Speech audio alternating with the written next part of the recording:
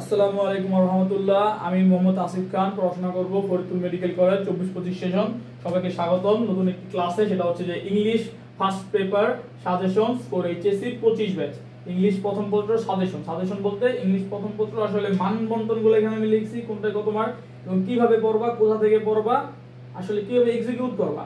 আসলে ইংলিশে ভালো করতে হলে তোমাকে ইংলিশ ভালো পারতে হবে, গ্রামার ভালো পারতে হবে আগে থেকে, মানে ক্লাস 6-7 থেকে তোমার ইংলিশ ভালো পারতে হবে। তারপরেও দেখা গেছে যে কিছু কিছু কথা থেকে যায়, কিছু সাজেশন থেকে যায় যে ঠিক আছে তুই যে যার প্রজাতি ইংলিশ পড়ে তাও হ্যাঁ কিছু কথা থেকে যায়। কিন্তু মনে রাখতে হবে ইংলিশ একটা ল্যাঙ্গুয়েজ, একটা ভাষা। তো এটাকে ওরকম ভাবে মুখস্থ টাইপের কিছু না, এটা নিজের ভিতরে আয়ত্ত করতে হবে, ভাষার মতো করে এটা ইউজ করতে হবে।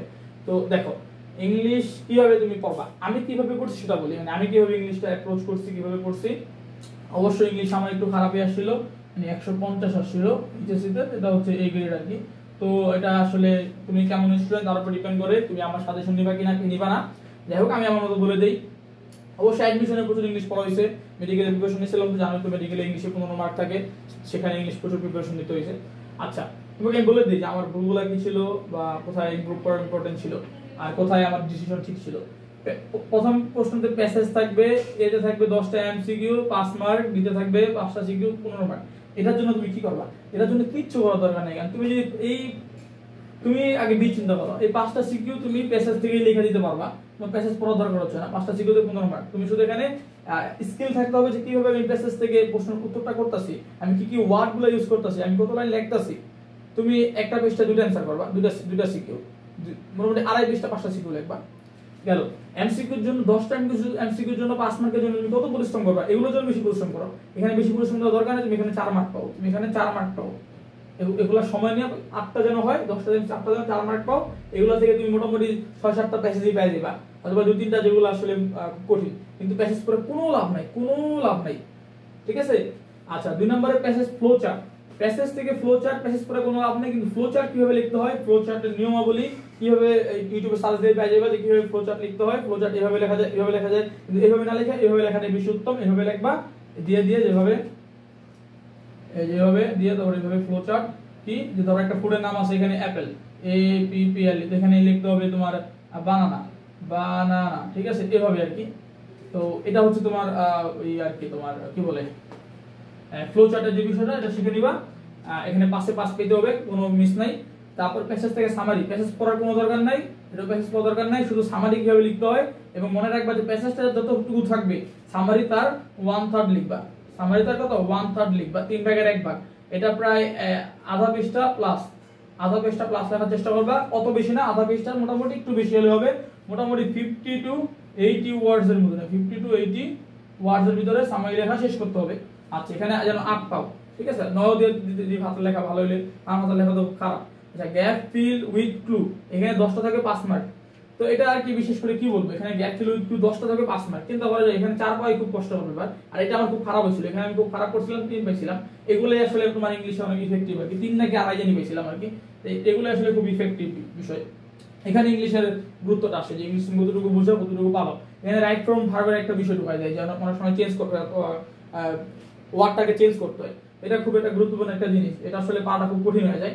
এটার জন্য আসলে বিগত বছরের বোর্ড কোশ্চেন কিছু প্র্যাকটিস করো, দেখো কি হয়। বিগত বছরে 10 থেকে 15 বছরের বোর্ড কোশ্চেনগুলো দেখো কিভাবে কেমন আসে, কিভাবে সলভ করতে হয়। এবং এটা পারতে হলে একটু গ্রামাটিক্যাল রাইট ফর্ম ভার্ব শিখো, সেকেন্ড পেপারে গুরুত্ব দাও, তাহলে এটা পারবা। গ্যাপ ফিল উইথ, এটা উইথ ক্লু, এটা উইদাউট ক্লু। এখানে এটা থেকে এটা খুব সহজ। এখানে 10 থেকে তোমার 9 পাওয়া বা 8, 9, 10 পাওয়া খুব সহজ। এখানে উইদাউট ক্লু তুমি নিজের মতো বসাতে পারবে, শুধু সেন্টেন্সের সাথে মিলিয়ে হবে। তো একজনে লেখছে যে we go through the bus, we grow in the bus, মানে বিষয়টা হচ্ছে যে আই রিড ইন, ধরো একটা গ্যাপ, ঠিক আছে, যে উই ড্যাশ টুগেদার, আমি উই প্লে টুগেদার লিখতে পারি, আবার উই রাইট টুগেদার লিখতে পারি, বা উই সি টুগেদার লিখতে পারি, মানে অনেক কিছু লেখা যায়। তো সেটা দেখা গেছে যে একজন এক একটা লিখলেও দেখা গেছে মোটামুটি এটা হওয়ার পসিবিলিটি বেশি, যদি গ্রামাটিক্যাল মিস্টেক না হয়। তো এটা খুব সহজ, এটা আশা করি তোমরা গ্রামার যত বেশি পারো তত পারবা। সেকেন্ড পেপারে ফোকাস দিবে, এটার জন্য, এগুলোর জন্য সেকেন্ড পেপারে যত বেশি ফোকাস থাকবে এগুলো তত ভালো পারবা, ঠিক আছে। আচ্ছা রিয়ারেঞ্জে 10 মার্ক। রিয়ারেঞ্জের জন্য বিগত বছরের বোর্ড কোশ্চেনের রিয়ারেঞ্জগুলো দেখবা, ওগুলা থেকে মোটামুটি দেওয়া যায় রিয়ারেঞ্জ। তুমি যদি এটা মিলাতে চাও দেখবা যে বিগত 2010 থেকে 20 পর্যন্ত যে বোর্ড কোশ্চেনের রিয়ারেঞ্জ আসছে 21 থেকে 24 এইগুলোই আসছে। তো আর রিয়ারেঞ্জ পাওয়ার জন্য ইংলিশ তোমার speak reading English reading skill খুব ভালো হইতে হয়। রিডিং স্কিল খুব ভালো হইলে রিয়ারেঞ্জ পারা খুব সহজ। রিয়ারেঞ্জ আমি খুব ভালো পারি, এটা আমি 10 শিখেছিলাম। আচ্ছা, গ্রাফ চার্টে 15 মার্ক। গ্রাফ চার্ট হচ্ছে তুমি এখানে মুখস্থ করার কিছু নাই, এখানে কিছু ওয়ার্ড ইউজ করতে হবে, যে graph shows, the graph indicates, the graph highlights, ঠিক আছে, কিছু ইম্পর্টেন্ট ওয়ার্ড ইউজ করতে হবে। ইউটিউবে সার্চ দাও যে কিভাবে একটা ভালো গ্রাফ চার্ট লেখা যায়, সেভাবে পড়বা। একটা গ্রাফ চার্ট তুমি মোটামুটি 2.5 থেকে 3 পেজ লেখার চেষ্টা করবা। একটা গ্রাফ চার্টে মোটামুটি তোমার টার্গেট থাকবে 12 থেকে 13 মার্ক, ঠিক আছে, একটা গ্রাফ চার্ট। আচ্ছা, কমপ্লিটিং স্টোরি পড়ার ক্ষেত্রে আমি বলবো যে বর্তমানে কমপ্লিটিং স্টোরি বোর্ডে যেভাবে আসতেছে, এখানে মুখস্থ আসতেছে না, এখানে আসতেছে তুমি নিজের মতো করে বানায় লিখবা। তুমি জানো কিনা আমি জানি না যে কমপ্লিটিং স্টোরি নিজের মতো বানায় লেখা যায়।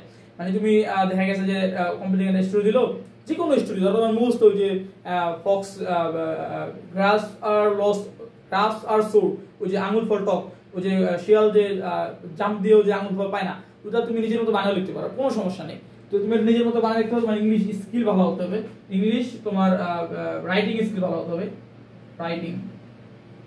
ইংলিশ রাইটিং স্কিল খুব ভালো হতে হবে, তাহলে তুমি এটা খুব ভালো পারবা। এবং এখানে তোমার টার্গেট থাকতে হবে সেম 12 থেকে 13 মার্ক, এবং এটা তুমি লিখবা হচ্ছে 2.5 থেকে 3 পেজ, ঠিক আছে, কমপ্লিটিং স্টোরি।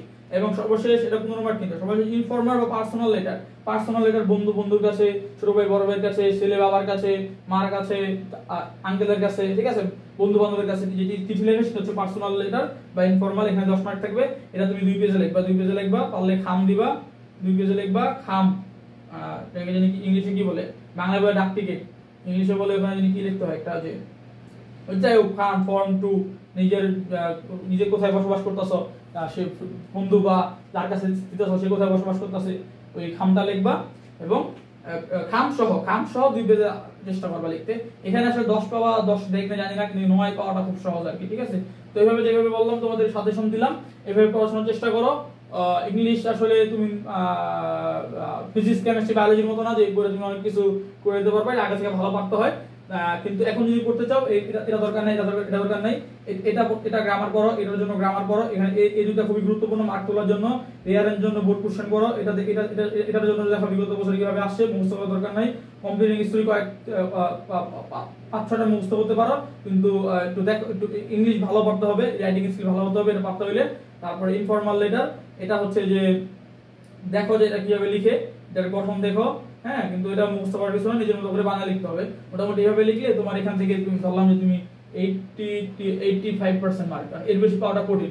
আর সবচেয়ে বড় বিষয় কি, তুমি সায়েন্সের স্টুডেন্ট, আর্টস কমার্স যাই স্টুডেন্ট হবে কেন, ধরলাম তুমি সায়েন্সের স্টুডেন্ট, তুমি যদি ফিজিক্স কেমিস্ট্রি বায়োলজিতে প্লাস পাও, আইসিটিতে প্লাস পাও, তুমি বাংলা ইংলিশে প্লাস না পাইলে কি তোমার এ প্লাস আসতে আছে, তোমার এটা বইও লাগবে না, মেডিকেলও লাগবে না, আহামরি ইংলিশটা এ প্লাস কোথাও লাগবে না, মানে অত বেশি ইম্পর্টেন্ট না।